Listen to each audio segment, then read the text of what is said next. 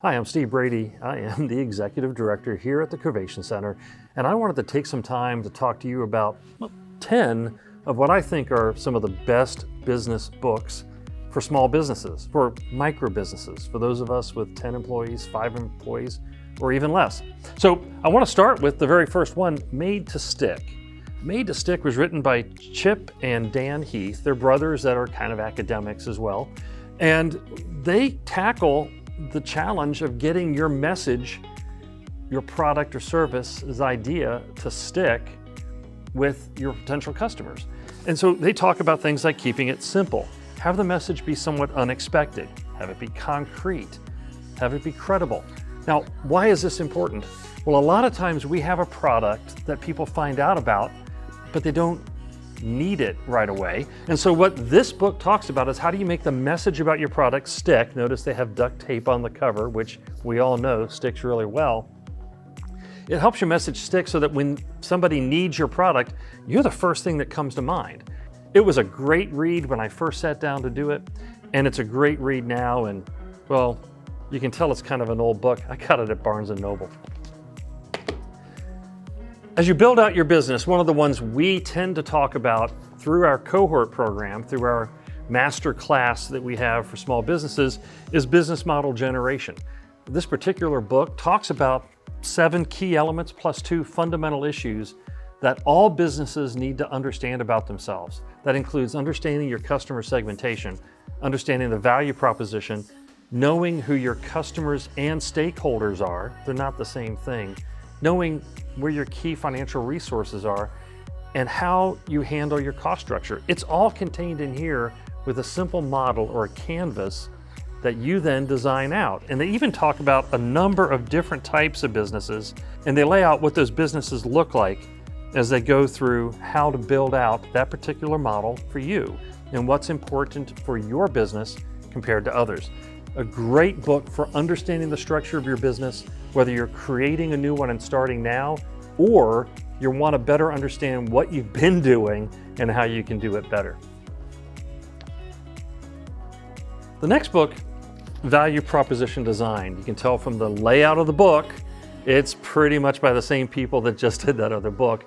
They're diving in deep on value proposition. Remember at the very beginning, I said one of the things we struggle with as small businesses is selling more of our product. And as we talk about marketing, we talk about communicating with our customers, a lot of these books deal with talking about our product or service.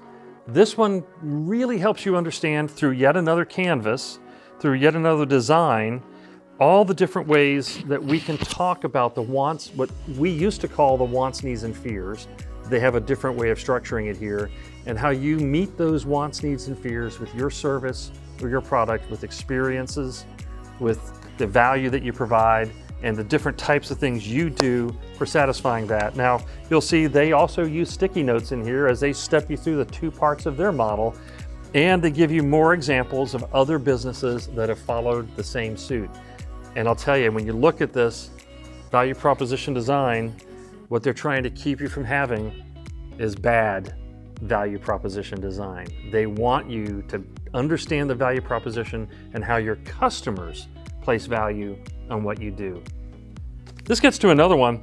As we start talking about money and start talking about price, the one-page financial plan, I love the way some of these books take a one-page idea and turn it into a whole book. I think it's pretty brilliant. I look forward to the day that I'm able to do that. But this particular book is a simple way to be smart about your money.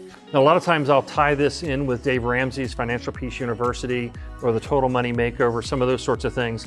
The idea behind this is to have us as individuals who happen to also be business owners get a grasp of our finances.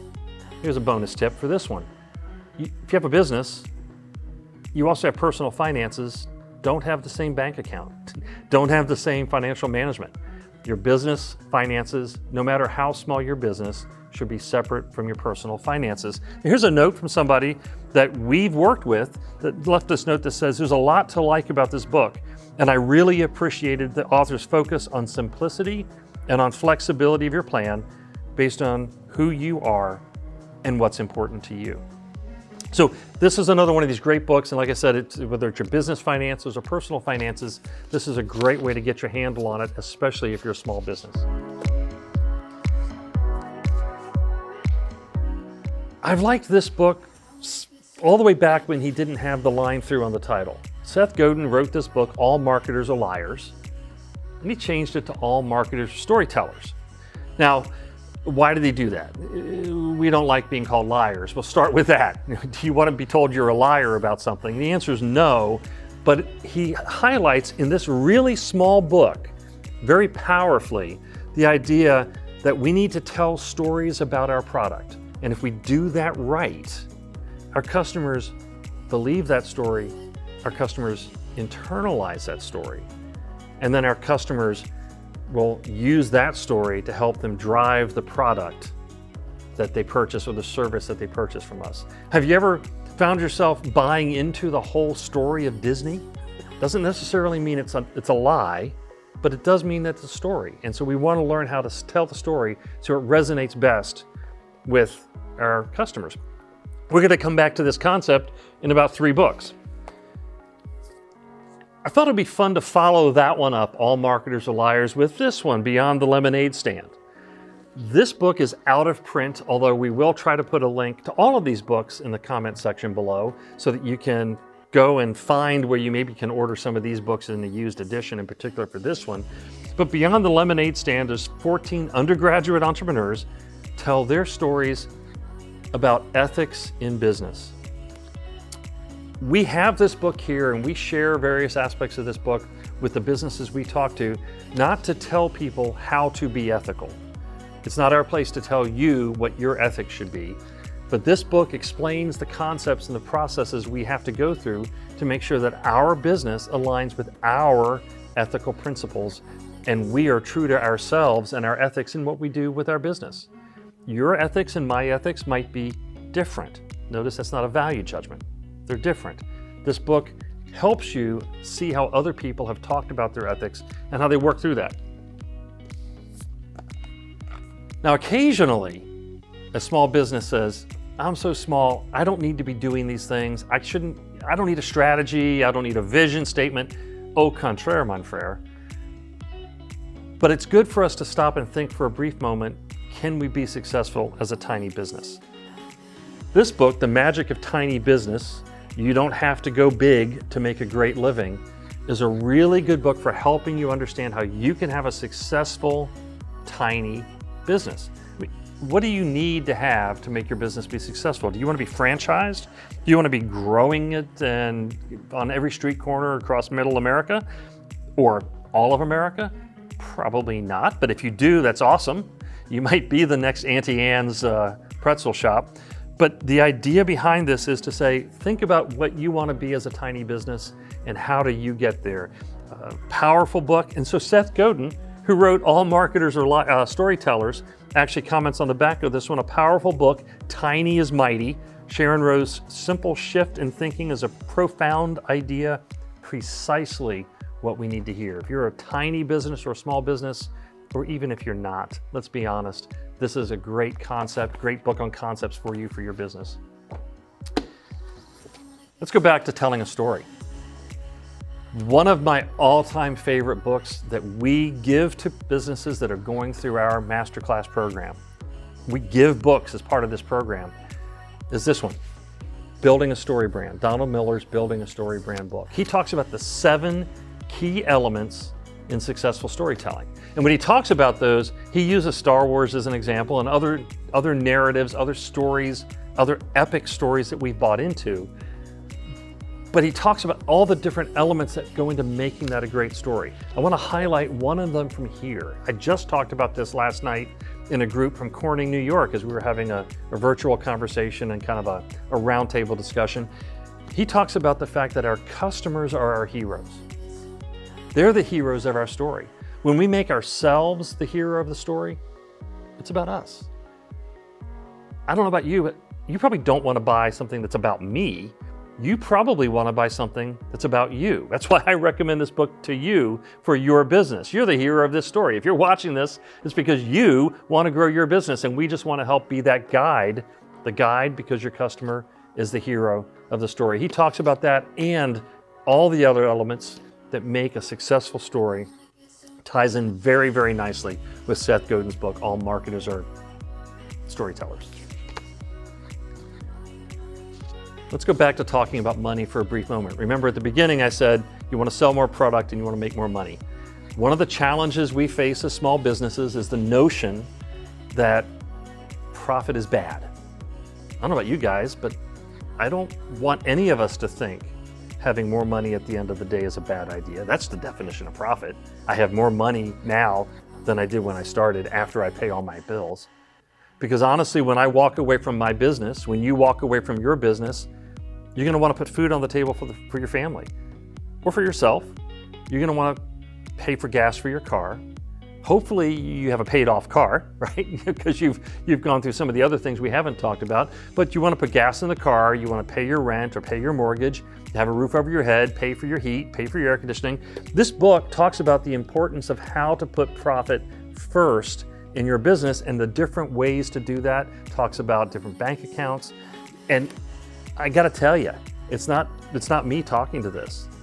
We've had a number of businesses that started with this book when they went through our program, went through our masterclass program, our 10-week program. They went through this book and they have seen a significant improvement in their business because they are putting profit first, and for the first time, they're making money. Profound book here. That leaves us with this last one. This is the reason I give books out as part of our curriculum program. This book, Love is the Killer App, it sounds silly, right? Love is the Killer App. It's got a guy holding a huge heart. And the premise behind this is kind of goofy too.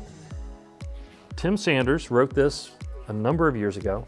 Far enough back, he talks about the new idea of Amazon.com and BarnesandNoble.com.